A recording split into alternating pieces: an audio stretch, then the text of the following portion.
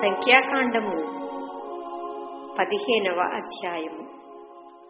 మరియు యెహోవా మోషేకు ఇలాగు సెలవిచ్చెను, నీవు ఇశ్రాయేలీయులతో ఇట్లనుము, నేను మీకిచ్చుచున్న దేశ నివాసములలో మీరు ప్రవేశించిన తరువాత యెహోవాకు ఇంపైన సువాసన కలుగునట్లుగా గోవులలోని దానినే కాని గొర్రె మేకలలోని దానినే కాని దహనబలిగానైనను బలిగానైనను తెచ్చి మృక్కుబడి చెల్లించుటకనియో స్వేచ్ఛార్పణగాననియో నియామక కాలమందు అర్పించునది అనియో దేనినైనను మీరు అర్పింపకోరిన యెడల యెహోవాకు ఆ అర్పణమును అర్పించువాడు 30 నూనెతో కలుపబడిన 2 పళ్ల పిండిని నైవేద్యముగా తేవలెను. ఒక్కొక్క గొర్రెపిల్లతో కూడా దహన బలి మీదనేమి బలి మీదనేమి పోయుటకై 30 ద్రాక్షారసమును పానార్పణముగా సిద్ధపరచవలెను. పొట్టేలుతో కూడపడి నూనెతో కలుపబడిన 4 పళ్ల పిండిని నైవేద్యముగా సిద్ధపరచవలెను. పడి ద్రాక్షారసమును పానార్పణముగా తేవలెను. అది యెహోవాకు ఇంపైన సువాసన. మృక్కుబడిని చెల్లించుటకైనను యెహోవాకు సమాధాన బలి అర్పించుటకైనను నీవు దహన బలిగానైనను బలిగానైనను కోడెదూడను సిద్ధపరచిన యెడల ఆ కోడెతో కూడా 10 నూనె కలుపబడిన 6 పళ్ల గోధుమ పిండిని నైవేద్యముగా అర్పింపవలెను. మరియు యెహోవాకు ఇంపైన సువాసన గల హోమముగా 10 ద్రాక్షారసమును పానీయార్పణముగా తేవలెను. ఒక్కొక్క కోడెతో కూడను ఒక్కొక్క పొట్టేలుతో కూడను గొర్రెలలోనిదైనను మేకలలోనిదైనను ఒక్కొక్క పిల్లతో కూడను అలాగు చేయవలెను.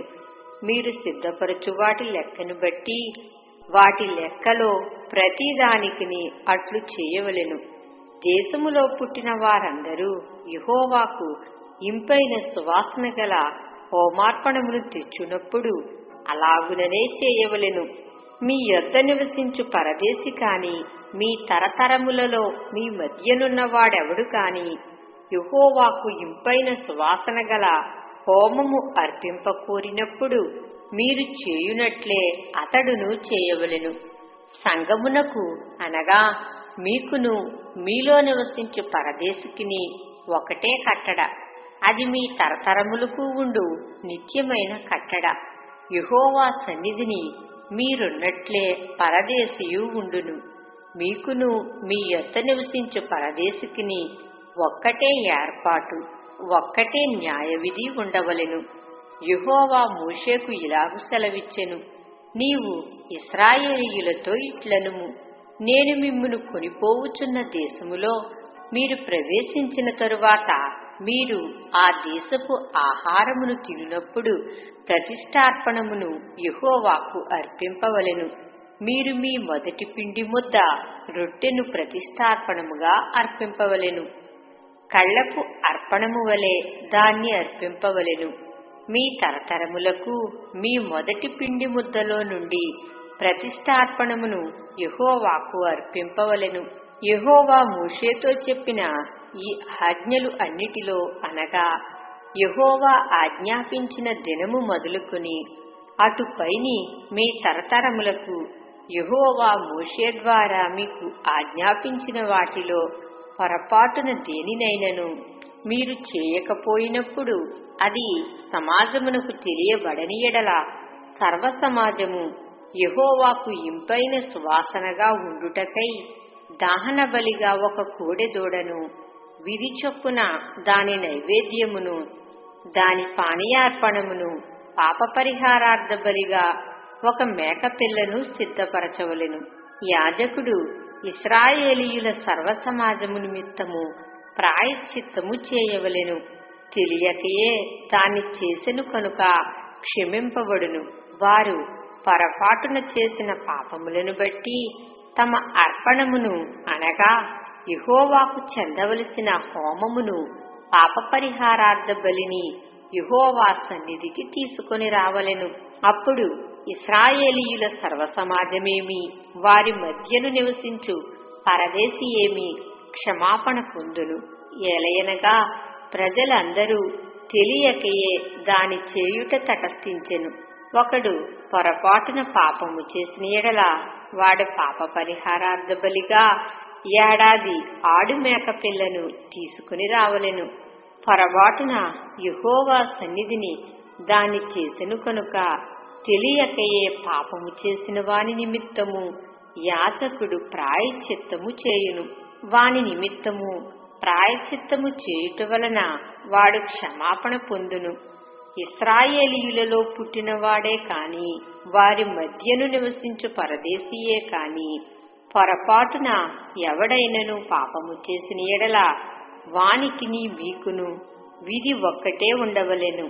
అయితే దేశమందు పుట్టినవాడే కాని పరదేశీయే కాని ఎవడైనను సాహసించి పాపము చేసిన ఎడల వాడు యెహోవాను తృణీకరించిన వాడగును కనుక అట్టివాడు నిశ్చయముగా జనులలో ఉండకుండా కొట్టివేయబడును. వాడు యెహోవా మాటను అలక్ష్యము చేసి ఆయన ఆజ్ఞను మీరినందున నిశ్చయముగా కొట్టివేయబడును. వాని దోషశిక్షకు వాడే కారకుడు. ఇశ్రాయేలీయులు అరణ్యములో ఉన్నప్పుడు ఒకడు విశ్రాంతి దినమున కట్టెలు ఏరుట చూచిరి. వాడు కట్టెలు ఏరుట చూచిన వారు మోషే యొద్దకును అహరోను యొద్దకును సర్వసమాజమునొద్దకును వానిని తీసుకుని వచ్చిరి. వానికి ఏమి చేయవలెనో అది విశదపరచబడలేదు కనుక వానిని కావలిలో ఉంచిరి. తరువాత యెహోవా ఆ మనుష్యుడు మరణశిక్ష పొందవలెను. సర్వసమాజము పాళెము వెలుపల రాళ్లతో వాణ్ణి కొట్టి చంపవలెనని మోషేతో చెప్పెను. కాబట్టి యెహోవా మోషేకు ఆజ్ఞాపించినట్లు సర్వసమాజము పాళెము వెలుపలికి వాణ్ణి తీసుకుని పోయి రాళ్లతో వాణ్ణి చావగొట్టెను. మరియు యెహోవా మోషేకు ఇలాగు సెలవిచ్చెను, నీవు ఇశ్రాయేలీయులతో ఇట్లనుము, వారు తమ తరతరములకు తమ బట్టల అంచులకు కుచ్చులు చేసుకుని అంచుల కుచ్చుల మీద నీలి సూత్రము తగిలింపవలెను. మీరు నా ఆజ్ఞలు అన్నిటినీ జ్ఞాపకము చేసుకుని మీ దేవునికి ప్రతిష్ఠితులై ఉండునట్లు మునుపటి వలె కోరిన వాటిని బట్టియు చూచిన వాటిని బట్టియు వ్యభిచరింపక దాని చూచి యెహోవా ఆజ్ఞలన్నిటినీ జ్ఞాపకము చేసుకుని వాటిననుసరించుటకే అది మీకు కుచ్చుగా ఉండును. నేను మీకు దేవుడనై ఉండునట్లుగా ఐగుప్తు దేశములో నుండి మిమ్మును రప్పించిన మీ దేవుడనైన యెహోవాను నేనే